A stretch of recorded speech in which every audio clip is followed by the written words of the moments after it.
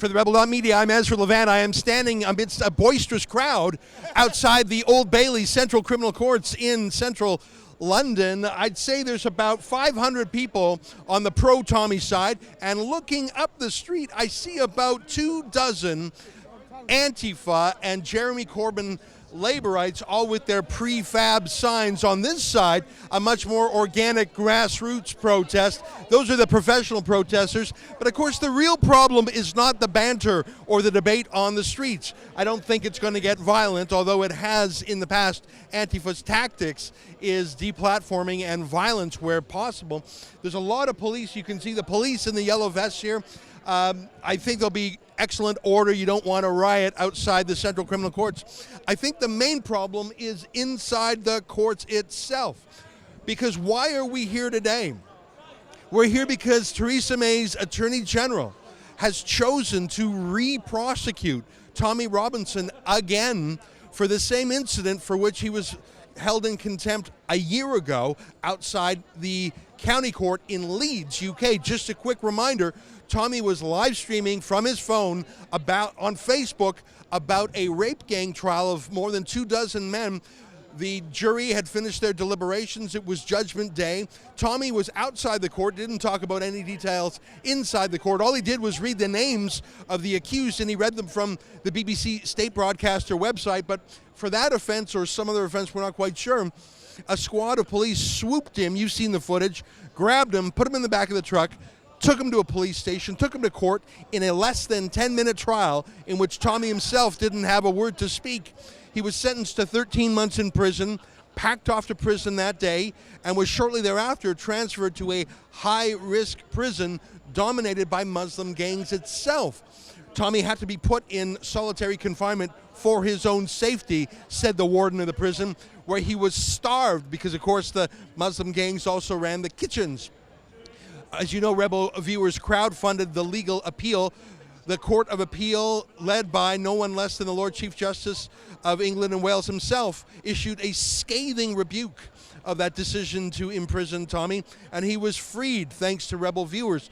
You would think that that would be enough. You would think that that would have humiliated the establishment enough to have been exposed as being so abusive, but no.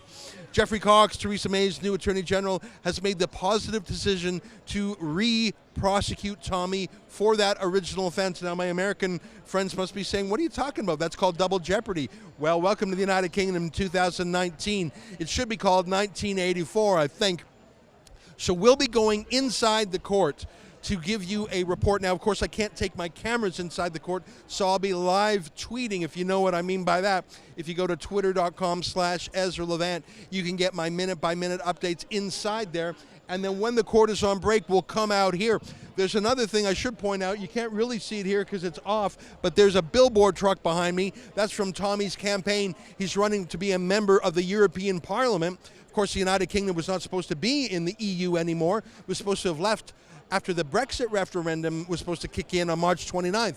That was also scuppered by the same Theresa May. So there's an enemy, there's a restlessness here that is higher than anything I think we know in Canada or the United States. Imagine a referendum, the largest voter turnout in history.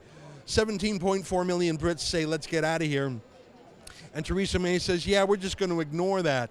Add that to all the problems in this country, and you get a feeling for the sense of betrayal here. I think the prosecution in the court is just a piece of that. Anyway, Tommy is running to be a member of the European Parliament in Northwest England, and giving the unique vote counting system, he could win one of the 8 seats there with as few as 10% of the votes. So that's coming up on May 23rd. Today, May 14th is Tommy's trial. It's a mess over here, but I'm delighted to represent the Rebel. We have a student journalist with us, Jessica, and we've helped crowdfund other journalists to be here today. Avi Yamini from Melbourne, Australia, Andrew Lawton from London, Ontario, Canada, Cassandra Fairbanks and Pardes Saleh from Washington, D.C., Jordan James, we brought him down from Manchester, 2 cameramen, so we have a total of 9 real reporters. And the reason I call them real reporters is because unlike the British media, they're not Tommy haters. I find the media in this country to be appalling. That's why we had to bring in foreigners like myself. You can hear a Tommy chant in the background. On that note, I'll bid you adieu for now. I'll have more reports from after the court's hearings.